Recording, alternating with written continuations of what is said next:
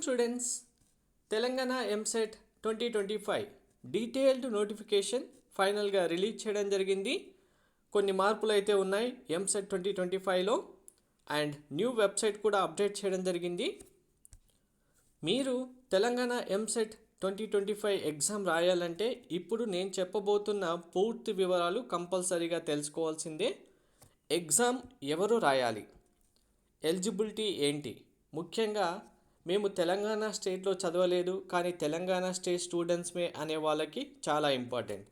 Next very important, other state students, AP other స్టేట్లో చదివిన students Telangana EAMCET రాయొచ్చా లేదా, syllabus, best books, application form, fee amount, మనకు ఎన్ని కోర్సెస్ ఉన్నాయి, ఆ కోర్సెస్కి ఇండివిజువల్ ఎలిజిబిలిటీ కూడా ఇవ్వడం జరిగింది అండ్ ఏజ్ లిమిట్ కూడా ఇచ్చారు. ఎవరు ఏ కోర్సుకి ఎలిజిబుల్, ఏజ్ లిమిట్ ఏంటి, ఎగ్జామ్ సెంటర్స్ ఎక్కడెక్కడ ఉన్నాయి, ఎగ్జామ్కి అప్లై చేయడానికి ఎగ్జామ్ సెంటర్ సంబంధించి అప్లికేషన్ ప్రాసెస్ ఏదైతే ఉంటుందో అన్ని ఇంపార్టెంట్ డేట్స్తో పాటు కావాల్సిన ఇంపార్టెంట్ డాక్యుమెంట్స్, మీరు అప్లికేషన్ ఫామ్ సబ్మిట్ చేయడానికి ఏమేమి కావాలనేది పిన్ పాయింట్ లెవెల్లో ప్రతి ఒక్కటి ఇప్పుడు మీరు తెలుసుకుంటేనే ఎంసెట్కి అప్లై చేయడం, ఎగ్జామ్ రాయడం మీకు పాసిబుల్ అవుతుంది. సో వన్ బై వన్ క్లారిటీగా చెప్తాను.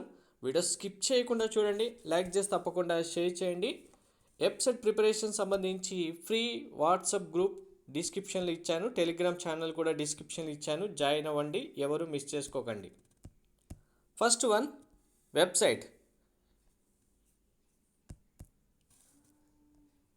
eapcet.tgche.ac.in వెబ్సైట్ ఓపెన్ చేస్తే మీకు Telangana EAMCET 2025 new website open అవుతుంది. Important dates, online application form 25th start అవుతుంది. Last date April 4th. మీరు కరెక్షన్స్ ఉంటే అప్లికేషన్ ఫామ్ చేసే టైంలో మిస్టేక్ చేసిన వాళ్ళు కరెక్షన్ చేసుకోవచ్చు.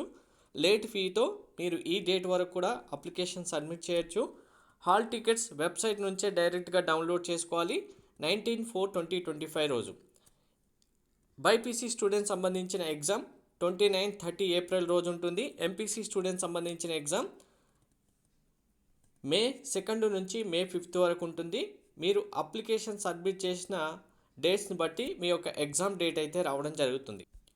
ఆన్లైన్ అప్లికేషన్ సబ్మిట్ చేయడానికి ఫీ అమౌంట్ మీరు కేటగిరీ వైజ్గా చూసుకుంటే ఎస్సీ, ఎస్టీ, పీడబ్ల్యూడీ స్టూడెంట్స్ అయితే 500 rupees, OC, EWS, OBC students అయితే అంటే బీసీ అన్ని category students 900 rupees. BiPC students అయినా సేమ్ ఫీ అమౌంట్. మీరు ఒకవేళ రెండు exams engineering and agriculture, pharmacy exam కంబైన్డ్గా రాయాలనుకుంటే ఎస్సీ, ఎస్టీ, పీడబ్ల్యూడీ స్టూడెంట్స్ 1000 రూపీస్, అదర్ స్టూడెంట్స్ అయితే అంటే బీసీ, ఓసీ, ఈడబ్ల్యూఎస్ అందర్ స్టూడెంట్స్ అయితే 1800 రూపీస్. ఎంపీసీ, బైపీసీ సంబంధించిన సిలబస్ మనకి ఇక్కడ ప్రొవైడ్ చేయడం జరిగింది. ఈ పీడిఎఫ్స్ మీకు డిస్క్రిప్షన్లో ఇచ్చిన వాట్సాప్లో అప్లోడ్ చేస్తాను, చూసుకోండి. టెస్ట్ సెంటర్స్, ఎగ్జామ్ రాయడానికి టెస్ట్ జోన్స్ ఏమేమి ఇచ్చారనేది మీకు ఇక్కడ డిస్ప్లేలో ఉన్నాయి. హైదరాబాద్లో టెస్ట్ సెంటర్స్ చాలా ఉన్నాయి. నెక్స్ట్ డిస్టిక్ వైజ్గా చూసుకుంటే నల్గొండ, కోడాడ్, ఖమ్మం, కొత్తగూడెం, సత్తుపల్లి, కరీంనగర్, మహబూబ్నగర్, సంగారెడ్డి, ఆదిలాబాద్, నిజామాబాద్, వరంగల్, నర్సంపేట్ అండ్ ఏపీకి సంబంధించి ఓన్లీ 2 టెస్ట్ సెంటర్స్ మాత్రమే వచ్చాయి, కర్నూలు అండ్ విజయవాడ. అంటే ఏపీ స్టేట్లో కూడా ఎగ్జామ్ అయితే రాయడానికి పాసిబిలిటీ ఉంది, కానీ ఏపీ స్టూడెంట్స్ రాయొచ్చా లేదా అనేది మీకు క్లియర్గా తెలుస్తుంది వీడియోలో. కావాల్సిన డాక్యుమెంట్స్ లిస్ట్ కూడా కంప్లీట్గా వీడియో చేయడం జరిగింది, వీడియో లింక్ డిస్క్రిప్షన్ ఇచ్చాను. అండ్ మీకు బిలో 5000 ర్యాంకు రావడానికి కావాల్సిన బెస్ట్ బుక్స్ డీటెయిల్స్ కూడా డిస్క్రిప్షన్లో ఇచ్చాను, పీడిఎఫ్ ఫార్మాట్స్. మీరు బుక్స్ ప్రిపేర్ అవుతే ఎటువంటి కోచింగ్ అవసరం లేకుండా డైరెక్ట్గా బిలో 5000 ర్యాంక్ తెచ్చుకోవచ్చు. ఎందుకంటే బిలో 10,000 ర్యాంకుకే మీరు ప్రిపేర్ అవ్వాల్సింది 50% మాత్రమే సిలబస్. అన్ని కోర్సెస్ సంబంధించిన డీటెయిల్స్ కనుక చూసుకుంటే బీటెక్, మళ్ళీ బీటెక్లో engineering core branches CSE, EC, triple కాకుండా biotechnology, dairy technology, agriculture engineering, B pharmacy, BTech food technology, biomedical engineering, pharmaceutical engineering, agriculture, horticulture, veterinary, fishery, forestry, Pharm D, BSc nursing, ఈ అన్ని కోర్సెస్కి EAMCET examination ద్వారానే మీకు seats ఇవ్వడం జరుగుతుంది. Eligibility ఇక్కడ ఏమిచ్చారు చూడండి. Candidate satisfying following requirement shall be eligible for to appear TG upset 2025. Indian foreign national students అయినా సరే, ఓవర్సీస్ స్టూడెంట్స్ అయినా కానీ ఎగ్జామ్ రాసుకోవచ్చు. వీళ్ళకు స్పెషల్గా ఉంటుంది కాబట్టి ఆ క్రైటీరియా పక్కన పెడదాం. ముఖ్యంగా ఇప్పుడు తెలంగాణ విద్యార్థులు, తెలంగాణ స్టేట్లో చదివిన వాళ్ళు AP and other state students రాయొచ్చా లేదా అన్నదానికి ఇక్కడ ఏమిచ్చారు చూడండి. Candidate should belong to the state of Telangana. First one, the candidate should satisfy local, non local status requirement as laid down on the Telangana Education Institution Regulation of Admission Order 1974 as subsequently amended. Subsequently అని ఎందుకు ఇచ్చారనేది ఈ నోటిఫికేషన్లో లాస్ట్లో ఇచ్చారు. So present దీనికి ఇచ్చిన ప్రకారం Telangana state students అయి ఉండాలి. క్యాండిడేట్ ఒకవేళ లోకల్, నాన్ లోకల్ స్టేటస్ కనుక కన్సిడర్ చేసుకుంటే ఇచ్చిన అమెండ్మెంట్స్ ప్రకారం మాత్రమే తీసుకుంటామని మెన్షన్ చేశారు. ఈ అమెండ్మెంట్స్ ఏంటి అంటే కనుక కేర్ఫుల్గా చూసుకోండి ప్రతి ఒక్కరూ. Local are non local criteria shall be subject to submission as decided by the government in terms of article 371D constitution of India, presidential order 1974 it's amendments and section 95 of 80 reorganisation act 2014 which shall be enforced at the stage of admission from the current academic year. If there is any change in eligibility criteria for admission ranking, the updated information will be intimated to this website as and when a new GO is released and will be adapted in the admission counseling and ranking. This is very very important. Note cheskondi. This is only a notification for entrance test, not a prospective. So ఇక్కడ perspective అని mention చేయడానికి, only notification mention చేయడానికి చాలా difference ఉంది. Perspectives అని ఇచ్చారంటే అందులో ఏ details అయితే ఉంటాయో అవి అడ్మిషన్ కంప్లీట్ అయిపోయి స్టూడెంట్స్ కాలేజీలో జాయిన్ అయ్యేంత వరకు కూడా చేంజ్ చేయడానికి ఉండదు. కానీ ఇక్కడ క్లియర్గా మెన్షన్ చేశారు. ఎందుకు అంటే ఎవరు కూడా కోర్టుకు వెళ్ళి కేసు వేయడానికి పాసిబిలిటీ ఇవ్వడం కూడా ఉండదు అని చెప్పడానికి.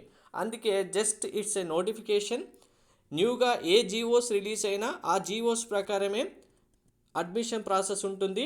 ఆ జీవోలో మెన్షన్ చేసిన రూల్స్ ప్రకారమే క్రైటీరియాస్ మెన్షన్ చేయడం జరుగుతుందని చెప్పారు. సో ఇక్కడ మీకు క్లారిటీ ఏంటంటే జీవో అనేది ఇంకా ప్రెసిడెన్షియల్, మనకు రాష్ట్రపతి స్టేట్కి సంబంధించి గవర్నర్ దగ్గర నుంచి అప్రూవల్ వస్తే జీవో రిలీజ్ చేయడం జరుగుతుంది. ఏంటి, ఓన్లీ తెలంగాణ స్టేట్ స్టూడెంట్స్ మాత్రమే ఎగ్జామ్ రాయాలి. Other state non local students exam రాయడానికి, సీట్స్ ఇవ్వడానికి ఛాన్స్ లేదు అనేదానికి ఆ జీవోలో ఉంటుంది. ఆ జీవో ఇప్పటి వరకు రిలీజ్ అవ్వలేదు.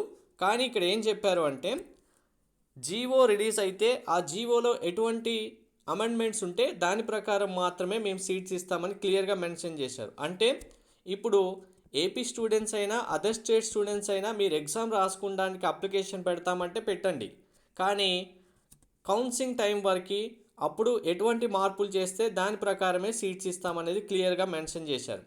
సో మరి ఆ జీవోలో ఏముంటుందంటే ఆల్రెడీ ఇప్పటికే జీవో సంబంధించిన డిసిషన్స్ అయితే పెండింగ్లో ఉన్నాయి. ఆ జీవోలో ఉన్న మ్యాటర్ ఒకే ఒకటి, ఓన్లీ టీఎస్ స్టేట్ స్టూడెంట్స్కి లోకల్ కోటాలోనే సీట్స్ ఇవ్వాలనేది. మరి నాన్ లోకల్ కోటా ఇస్తారా ఇవ్వరా ఆ జీవోలో ఏముంటుందనేది తెలియదు. కాబట్టి ఏపీ కానీ అదర్ స్టేట్ స్టూడెంట్స్ కానీ అప్లికేషన్ ఫామ్ సబ్మిట్ చేస్తారా లేదా అనేది ఇంకా మీ ఓన్ డిసిషన్. ఆ జీవో వచ్చేంత వరకు, దాని అప్డేట్ వచ్చేంత వరకు ఎవరు ఏమి చెప్పడానికి లేదు, అది గవర్నమెంట్ ఇష్టం. అండ్ వెరీ ఇంపార్టెంట్, నేను తెలంగాణ స్టేట్ స్టూడెంట్స్నే కానీ లోకల్ అవుతానా కాదా అనేది కూడా ఇక్కడ ఇంకొక క్వశ్చన్ మార్క్ వచ్చింది. ముఖ్యంగా తెలంగాణ ఎంసెట్ రాయాలనుకునే ప్రతి ఒక్క స్టూడెంట్కి లోకల్ స్టాటస్ వస్తుందా లేదా అనేదే క్వశ్చన్ మార్క్. దానికి సంబంధించి క్లియర్ డీటెయిల్స్. సో ఏపీ కానీ other states non local quota కింద స్టూడెంట్స్ మేము ఎగ్జామ్కి అప్లై చేయొద్దు అంటే ఇప్పుడున్న సిచ్యువేషన్ ప్రకారం మీకు అర్థమై ఉంటుంది. ఎగ్జామ్కి అప్లై చేయాలా వద్దా అనేది మీరు డిసైడ్ చేసుకోండి. అప్లై చేసి ఎగ్జామ్ రాసినా కానీ ఎగ్జామ్ టైం వరకు జీవో వస్తే కౌన్సిలింగ్ టైం వరకు అక్కడ జీవోలో ఏం మెన్షన్ చేస్తే దాని ప్రకారమే అడ్మిషన్ ఉంటుంది. అలా అని చెప్పి రాయకుండా ఉండి జీవోలో ఎటువంటి మార్పు లేకపోతే లాస్ అవుతాం అనుకున్న వాళ్ళు అప్లికేషన్ ఫామ్ సబ్మిట్ చేసి ఎగ్జామ్ అయితే రాయండి. అప్పటి వరకు ఏ డీటెయిల్స్ ఉంటే అవి మీరు వెరిఫై చేసుకోవచ్చు. So very very important. Definition of local and non local status. Non local పక్కన పెట్టేయండి. ఇప్పుడు నాన్ లోకల్ వస్తుందా లేదా అని తెలియదు, రాస్తారా రాయాలి అనేది ఎవరి ఇష్టానికి వాళ్ళకి వదిలేశారు నోటిఫికేషన్ ప్రకారం. కాబట్టి అసలు తెలంగాణ స్టేట్ స్టూడెంట్సే తెలంగాణ స్టేట్లో ఎగ్జామ్ రాయడానికి ఉందా లేదా ఇక్కడ క్లియర్గా చూడండి. If he or she has studied in an educational institution or educational institutions, అంటే ఒకటి లేదా ఎక్కువ కాలేజెస్లో in such a local area for a period of not less than 4 consecutive academic years ending with the academic year in which he or she appeared in or first appeared in the relevant qualifying examination. Qualifying examination అంటే intermediate. మీరు inter రాస్తున్నారు కదా, ఇప్పుడు intermediate second year అనేది మీ qualifying examination last year అవుతుంది.